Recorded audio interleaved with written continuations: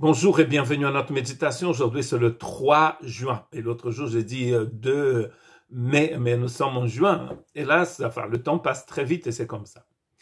Nous avons vu donc les différentes divisions du livre d'Apocalypse, donc 1 à 3, 4 à 7, 8 à 11, 12 à 14. Et aujourd'hui, je voudrais voir avec vous l'avant-dernière partie, 15 à 19. Ensuite, il y aura 20 à 22.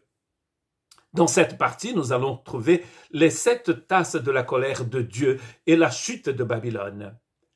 Une chose très intéressante que nous pouvons remarquer dans cette partie, c'est ce que nous avons déjà vu avec les 7 sceaux et aussi les 7 trompettes.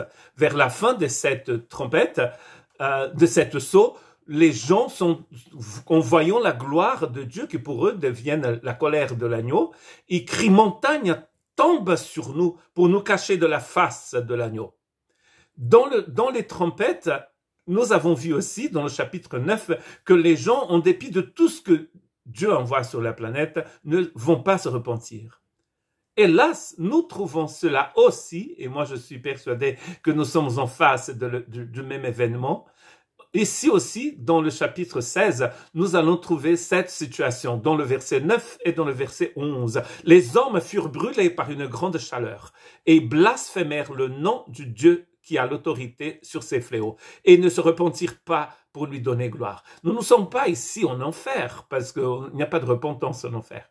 Ici, il avait la possibilité de se repentir, mais les gens ne vont pas se repentir. Exactement comme dans le chapitre 6 et dans le chapitre 9. Regardez le verset 11 du chapitre 16. « Et blasphémaient le Dieu du ciel à cause de leurs douleurs et de leurs ulcères. Et ils ne se repentirent pas de leurs œuvres. » Dans le chapitre 9, c'est écrit qu'ils vont continuer dans leur idolâtrie. Dans le chapitre 6, ils vont dire plutôt crever que de contempler la gloire de l'agneau. Ici, quand le Seigneur va infliger ces tasses, ces jugements sur la planète, la plupart de ces personnes ne vont pas se repentir. Nous sommes face ici à une situation qui arrive tout le temps. Vous avez déjà vu que quand Jésus faisait des miracles, tout le monde ne se convertissait pas. Un des plus grands miracles, sinon le plus grand miracle de Jésus, la résurrection de Lazare, c'est aussi ce qui a encouragé les religieux à l'arrêter et le tuer.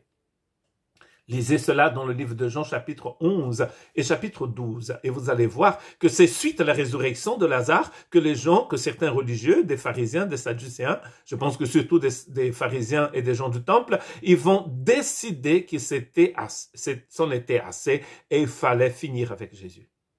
Ici, Dieu va démontrer sa puissance. Les gens vont blasphémer. De quel côté sommes-nous? C'est la question. De quel côté sommes-nous aujourd'hui?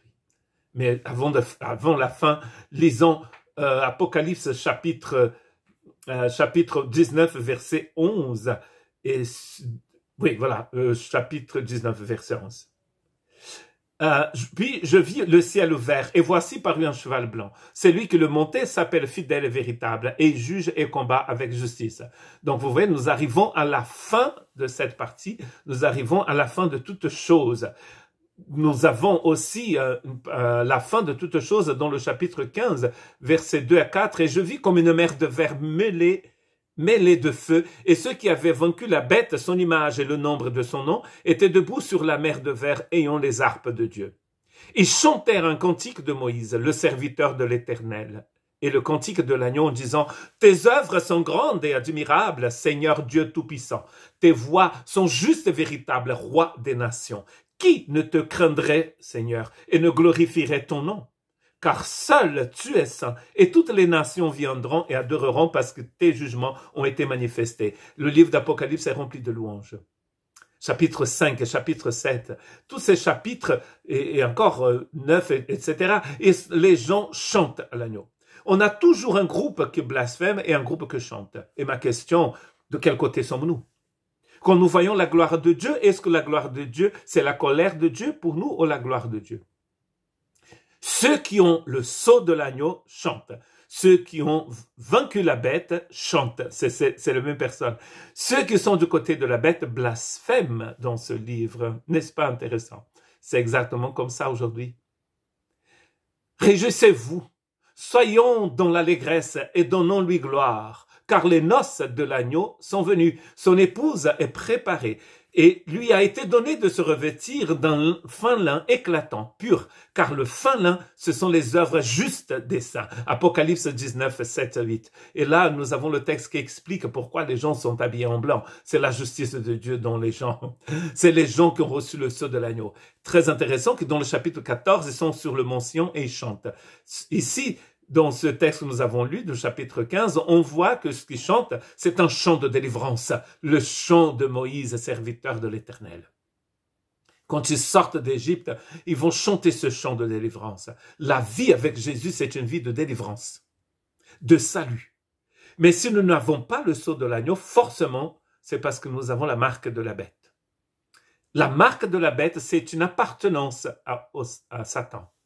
Il n'y a pas de neutralité dans le livre d'Apocalypse. Soit nous sommes dans la Nouvelle Jérusalem, soit à Babylone. Soit nous avons le sceau de l'agneau, soit nous avons la marque de la bête. Ceux qui ont la marque de la bête, quand ils voient la gloire du Seigneur, ils blasphèment. Ceux qui ont le sceau de l'agneau chantent un cantique de délivrance.